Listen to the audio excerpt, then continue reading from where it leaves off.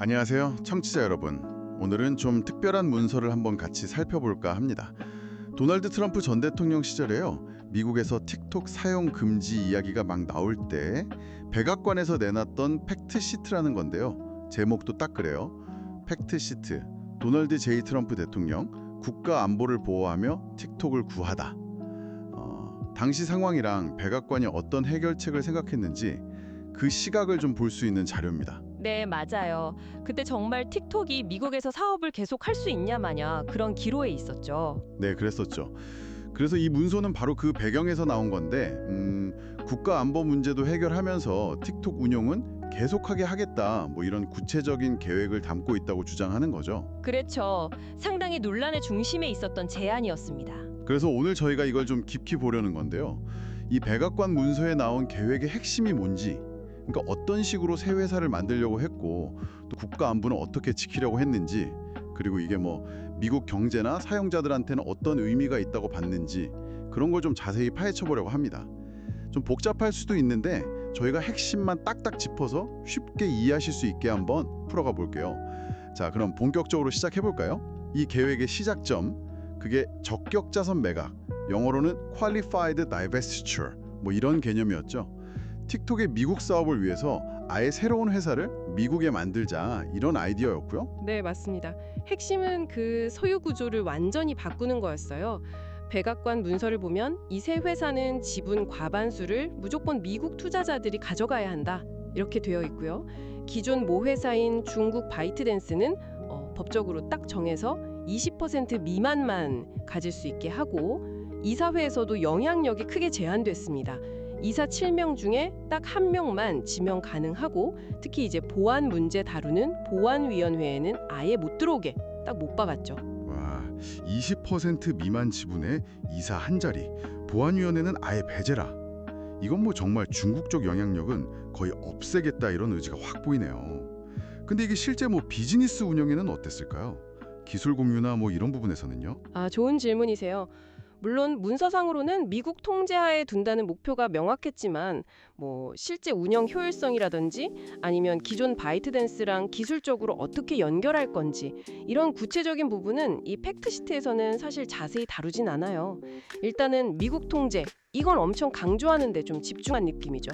여기서 또 되게 흥미로운 게 특정 미국 기업의 역할인데요. 아, 오라클 말씀하시는 거죠? 맞아요. 이 계획에서 오라클 역할이 상당히 크게 나오죠. 그냥 지분 투자자 뭐 이런 걸 넘어서는 것 같던데요. 네네. 오라클은 단순 투자자가 아니고요.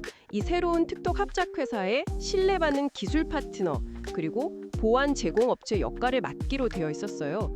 구체적으로 보면 틱톡 미국 서비스의 모든 소스 코드나 업데이트를 검토하고, 또 미국 사용자 데이터가 저장될 클라우드 인프라를 오라클이 전적으로 관리하고요. 데이터 접근이나 알고리즘이 어떻게 도는지, 이런 것까지 계속 감시하는 역할을 맡은 거죠. 아하, 사실상 틱톡 미국 서비스의 기술적인 안전성을 오라클이 보증한다, 뭐 이런 구조였던 겁니다. 그러니까 미국의 큰 IT 기업이 외국 앱의 미국 내 운영에 대해서 거의 뭐 데이터와 기술 감시자 역할을 한다, 이런 거네요. 당시로서는 진짜 파격적인 제안 아니었을까요? 이런 형태가 전에도 있었나요? 전례를 찾기가 좀 힘든, 아주 독특한 구조 제안이었습니다. 국가 안보 문제가 있다고 본 외국 플랫폼에 대해서 미국 정부가 민간 기업을 통해 이 정도 수준으로 기술 통제랑 감시를 하겠다고 하는 건 정말 이례적이었죠. 물론 이게 실제로 가능하냐, 잠재적인 문제는 없냐, 이런 논의도 그때 많았지만, 어쨌든 이 팩트 시트 자체는 이 구조가 국가 안보를 확실히 지킬 수 있다, 이 점을 아주 강하게 내세우고 있습니다. 네. 구체적인 보안 조치들을 조금만 더 들여다보면요, 이 통제 구조가 얼마나 좀 촘촘하게 설계됐는지 알 수 있어요. 첫째는 틱톡의 핵심이라 할 수 있는 추천 알고리즘, 그리고 전체 소스 코드, 또 컨텐츠 검열 정책 같은 거 있잖아요. 이런 결정권을 완전히 새로운 미국 합작회사랑 오라클이 갖는다는 겁니다. 중국 본사가 끼어들 여지를 없애겠다는 거죠. 둘째는 역시 가장 민감한 부분인데, 미국 사용자 데이터, 이게 어떤 식으로든 외국 정부나 적대 세력이 접근할 수 있는 방식으로는 절대 저장하거나 처리할 수 없다, 이렇게 원천적으로 금지했어요. 모든 데이터는 오라클이 미국 안에 만든 물리적으로 분리되고 보안이 강화된 전용 클라우드에만 둬야 한다. 이런 규정이었습니다. 데이터 저장 위치를 미국 내, 그것도 오라클이 관리하는 특정 클라우드로 딱 정한다는 건 와, 정말 강력한 조치네요. 사용자들 개인정보 보호 측면에서도 되게 중요할 것 같고요. 맞습니다. 거기다가 소프트웨어 업데이트나 알고리즘 바꿀 때도 오라클이 미리 다 보고 승인하고 데이터가 어떻게 흘러가는지 실시간으로 보는 시스템까지 만들라고 요구했고요. 특히 미국 사용자한테 컨텐츠 추천하는 알고리즘 모델 있잖아요. 이것도 오라클이 미국 내에서 다시 학습시키고 계속 감시해야 한다. 이런 조항도 있었어요. 뭐 외국 정부가 여론 조작하거나 검열할 가능성을 막기 위한 거다. 이렇게 설명을 하고 있죠. 와, 들어보니까 진짜 여러 겹으로 보안 장벽을 치려고 했던 거네요. 데이터 저장부터 알고리즘 작동, 코드 변경까지 거의 모든 기술적인 걸 다 미국 안에서 통제하겠다. 이런 계획이었군요. 근데 이런 조치들이 혹시 그 당시에 논의되던 어떤 법안이랑도 좀 연결이 됐었나요? 네. 이 팩트시트가 또 주장하는 게 뭐냐면 이런 조치들이 당시 의회에서 거론되던 그 미국인을 외국 적대 세력 통제 애플리케이션으로부터 보호하는 법이라는 게 있었거든요. 그 법의 요구사항을 다 만족시킨다. 이렇게 주장을 해요. 그러니까 이 거래가 되면 그 법에서 우려하는 걸 해결할 수 있다. 이런 논리인 거죠. 재밌는 건 이 거래를 성사시킬 시간을 벌려고 법무부 장관한테 그 법 집행을 120일 동안 좀 미뤄달라 이렇게 지시했다는 내용도 들어있어요. 아, 거래 성사를 위해서 행정부 차원에서 지원하겠다는 의지를 보여준 거네요. 그렇죠. 그런 의지를 보여주는 대목입니다. 이렇게 막강한 보안 장치를 만드는 데 집중하면서도 이게 사용자들한테는 뭐가 좋다고 설명했는지 그게 좀 궁금해지네요. 혹시 뭐 서비스가 좀 달라지거나 제한되거나 그런 건 없다고 했나요? 팩트시트에서는 그 부분을 아주 명확하게 이야기합니다. 이 계획의 큰 장점 중 하나로 1억 7천만 명이나 되는 미국 사용자들이 기존하고 거의 똑같은 글로벌 틱톡 경험을 계속할 수 있다. 이 점을 강조해요. 그러니까 안보 걱정은 없애면서도 사용자 경험은 최단 그대로 유지하겠다. 뭐 이런 약속이었던 거죠. 데이터는 미국에서 안전하게 관리하지만 앱 자체는 계속 글로벌 커뮤니티랑 연결될 수 있다. 이겁니다. 아, 사용자 경험 유지. 이거 중요한 포인트네요. 틱톡의 매력 중 하나가 전 세계 트렌드를 바로바로 볼 수 있다는 거니까요. 그러면 경제적인 면에서는 어떤 이점들을 내세웠어요? 경제적 효과에 대한 설명도 꽤 비중 있게 다릅니다. 우선 수많은 미국 컨텐츠 크리에이터들한테 틱톡이 그냥 재미가 아니라 아주 중요한 수입원, 생계 수단이 됐다는 점을 강조하고요. 이 플랫폼으로 만들어지는 디지털 경제 활동이 중요하다. 이걸 부각한 거죠. 크리에이터 경제. 네. 그리고 또 대기업뿐만 아니라 특히 중소기업들, 이 기업들이 틱톡으로 광고도 하고 고객들하고 소통하면서 사업을 키우는 중요한 도구로 쓰고 있다. 이런 점도 언급합니다. 틱톡의 그 넓은 사용자층이 미국 경제 전체에 좋은 영향을 주고 있다. 뭐 이런 주장인 거죠. 구체적인 경제 효과 예측 같은 것도 나왔던 것 같은데요. 네, 아주 구체적인 숫자를 딱 제시했죠. 이 거래가 만약 성사되면 앞으로 4년 동안 미국 안에서 무려 1,780억 달러. 와, 이게 우리 돈으로 하면 200조 원이 훌쩍 넘는 거잖아요. 네, 엄청나네요. 이 정도 규모의 경제 활동을 만들어낼 거다 이렇게 예측을 했고요. 이걸 통해서 또 수천 개의 미국 내 일자리랑 사업체를 지키거나 새로 만들 수 있을 거다 이렇게 주장을 했죠. 그러니까 국가 안보도 지키고 동시에 엄청난 경제적 이익까지 얻는다. 이걸 아주 강하게 어필한 겁니다. 1억 7천만 사용자 유지에 1,780억 달러 경제 효과까지. 야, 이거 뭐 국가 안보, 사용자 경험, 경제적 이익 이 세 마리 토끼를 다 잡는 묘안이다. 이렇게 당시 백악관은 봤던 거군요. 정확히 그렇습니다. 이 팩트시트는 트럼프 대통령이 이 복잡한 국가안보 문제를 풀면서도 미국 자본이랑 통제 아래서 틱톡 운영을 계속하게 하는 아주 창의적인 해법을 찾았다. 이렇게 스스로 평가하는 그런 논조를 보여요. 근데 문서 마지막 부분으로 가보면 이런 평가가 조금 다른 맥락에서 제시되는 걸 볼 수 있어요. 아, 맞아요. 그 거래 기술, The Art of the Deal이라는 소제목 붙은 섹션. 갑자기 막 다른 외교 정책 성과들이 쭉 나열돼서 저도 좀 왜 갑자기 이게 나오지? 했던 기억이 나요. 네, 바로 그 부분이에요. 이 섹션에서는 이 틱톡 거래를 마치 트럼프 대통령이 했던 수많은 외교나 통상 협상 성공 사례 중 하나인 것처럼 딱 제시를 해요.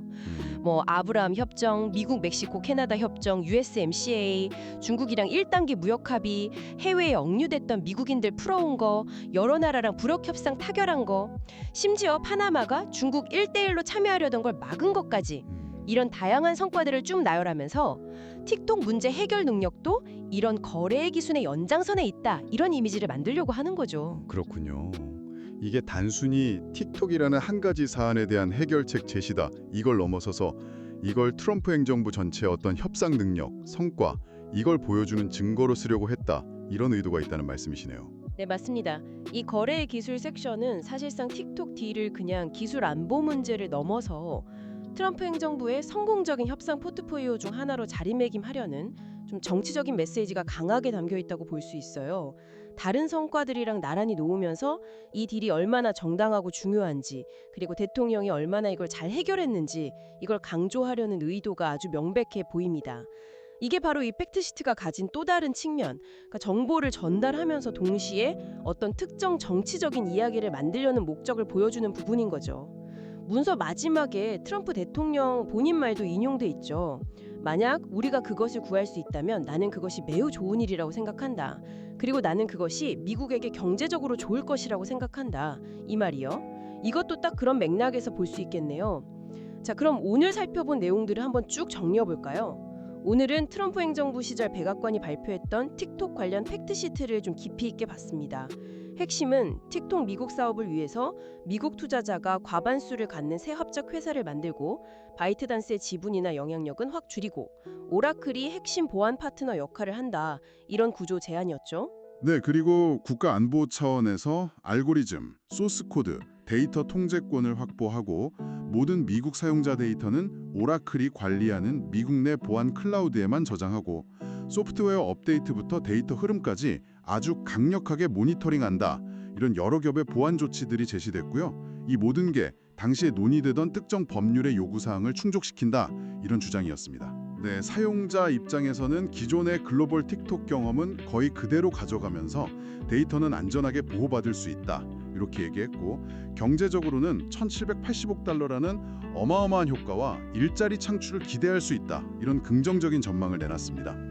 그리고 마지막으로 이 모든 걸 거래의 기술이라는 틀에 넣어서 행정부의 성공적인 협상 능력을 보여주는 증거로 제시하려는 의도까지 우리가 좀 엿볼 수 있었고요. 여기서 중요한 건 오늘 저희가 본 내용은 바로 이 특정 팩트시트가 제시하는 관점과 주장이라는 점입니다. 이 문서는 당시 제한된 거래를 국가 안보, 경제, 사용자 모두에게 좋은 최상의 결과로 포장하면서 동시에 이걸 작성한 주체, 즉 백악관의 입장에서 특정 정치적 성과를 부각하려는 목적을 가지고 쓰였다는 거죠.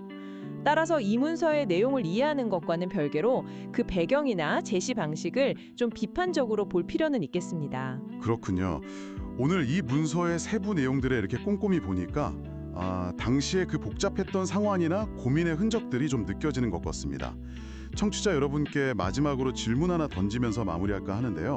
오늘 저희가 분석한 이 백악관 팩트시트에 담긴 계획만 딱 놓고 봤을 때 여러분은 제시된 여러 국가안보 조치들 중에서 어떤 부분이 가장 핵심적이고 결정적이라고 생각하시나요? 예를 들면 오라클이 소스 코드나 알고리즘을 계속 들여다본다는 걸까요? 아니면 미국 사용자 데이터를 완전히 물리적으로 분리해서 미국 안에만 둔다는 걸까요? 이 제한된 메커니즘들이 과연 현실에서는 어떻게 작동했을지, 또 그 효과나 잠재적인 한계는 뭐였을지 한번 생각해 보시면 더 흥미로운 탐구가 되지 않을까 싶습니다.